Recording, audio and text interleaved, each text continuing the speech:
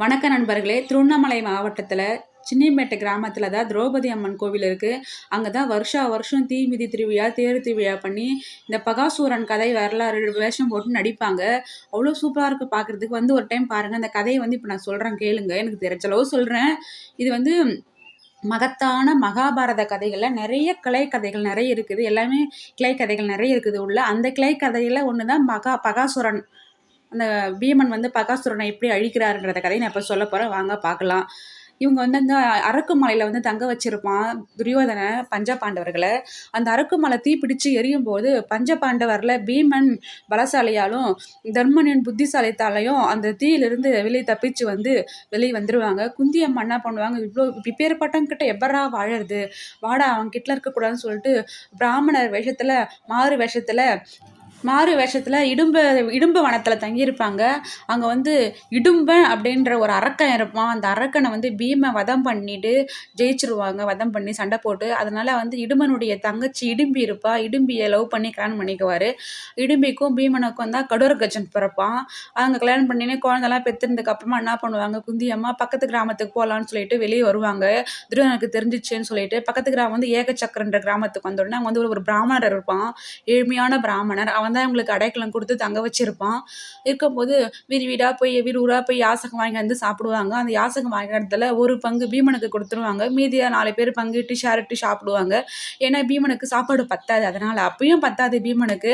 அப்படி இருக்கும்போது ஒரு நாள் என்ன பண்ணாங்க, அந்த குந்தி அம்மா அந்த அடைக்கலம் கொடுத்த அந்தனர் வீட்டில் போய் எட்டி பார்க்க சத்தவரத்தில் போய் பார்க்குறாங்க.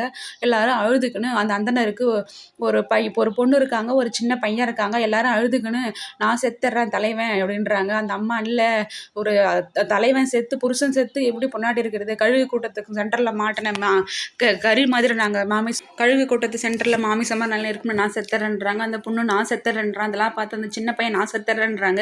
ஏன் இப்படி சொல்கிறீங்கன்னு சொல்லிட்டு எல்லாம் சொல்லிக்கிறீங்கன்னு சொல்லிட்டு குந்தி அம்மா கேட்ட உடனே, அம்மா அந்த நம்ம கிராமத்துக்கு பக்கத்தில் ஒரு பகாசுரன் ஒரு அரக்கன் இருக்கான். அவனுக்கு பசி எடுத்துச்சுன்னா நம்ம கிராமத்தில் எல்லாரையும் அழிச்சு சாப்பிட்ருவான். மக்களை, மனுஷங்களை, மிருகங்களை, சாப்பாட்டை எல்லாத்தையும் அழிச்சிருவான். அதனால் அது மாதிரி பண்ணதால் நம்ம ஊர் மக்கள்லாம் அவங்ககிட்ட ஒரு ஒப்பந்தம் போட்டாங்க. ஒரு வீட்டில் ஒரு வாரத்துக்கு ஒரு டைம் ஒரு வீட்டில் சாப்பாடு எடுத்துகிட்டு வருவாங்க. மாட்டு வண்டியில் சாப்பாடு எடுத்துகிட்டு வருவாங்க. அந்த சாப்பாட்டை பழத்தை எல்லாத்தையும் சாப்பிட்டுட்டு அந்த மாட்டு வண்டியில் மாட்டையும் சாப்பிட்டுட்டு மனுஷனையும் சாப்பிட்டுடுவான். அந்த மாதிரி ஒரு ஒப்பந்தம் போட்டாங்க. எல்லா வீட்டுக்கு போயிட்டாங்க. இந்த வாரம் எங்கள் வீட்டு பங்குங்க மேடம் அப்படின்னுவாங்க. அதுக்கப்புறம் நீங்களாம் போத்த வேலை, என் பையனை பீமன் நினைப்பேன். ஐயோ வேணாமா, எங்களால் அவன் உயிர் போத்த இல்லாமல் அவங்க பையன் உயிரினும் இல்லை, அவன் நிறைய அரக்கர்களை சாவடிச்சிருக்கான், அதெல்லாம் ஒரு பயம் இல்லை, அனுப்புறேன்னு சொல்லுவாங்க. சரிங்கன்னு சொல்லிட்டு பீமன் போவான். மாட்டு வண்டியில் சாப்பாடு எடுத்துட்டு அந்த பகாசுரன் வர லேட் ஆனதால் அங்கே இருக்கிற மாட்டுல இருக்கிற எல்லா சாப்பாட்டையும் சாப்பிட்ருவான். எல்லா சாப்பாடையும் சாப்பிட்டுட்டு உட்காந்துருப்பான். அந்த பகாசுரன் டே எப்பட்றா நான் எனக்கு வச்சு சாப்பிட நீ சாப்பிட்ட அப்படின்னு எப்பறம் எனக்கு சாப்பாடு சாப்பிட்லான்னு கேட்பான். அதுக்கு நீ வர லேட் ஆகிடுச்சு, நான் சாப்பிட்டேன்டான்னுவான். அவன் பல்ல கடிச்சிட்டு அவன் அடிக்க வருவான். இவன் 2 பேரும் ரொம்ப ஃபைட் பண்ணி ரொம்ப செம ஃபைட் அடிச்சு என்ன பண்ணுவான், பீமை வென்னுடுவான். அந்த பகாசுரனை சாவடிச்சிருவான். அதை ஊரில் சொல்லுவாங்க. ஊரில் யாருமே நம்ப மாட்டாங்க. அப்பேற்பட்ட அரக்கனை சாவடிக்க முடியாதுன்னு சொல்லுவாங்க. அதனால் என்ன பண்ணுவான், பீமை மாட்டு வண்டியில் போட்டு ஊரில் எடுத்து காட்டுவான். ரொம்ப ஹாப்பி ஆகிடுவாங்க அப்பான்னு சொல்லிட்டு பீமனை கொண்டாடுவாங்க. அதுதாங்க இந்த ஊர்லேயும் கொண்டாடுறாங்க. பாருங்கள் நீங்களும்.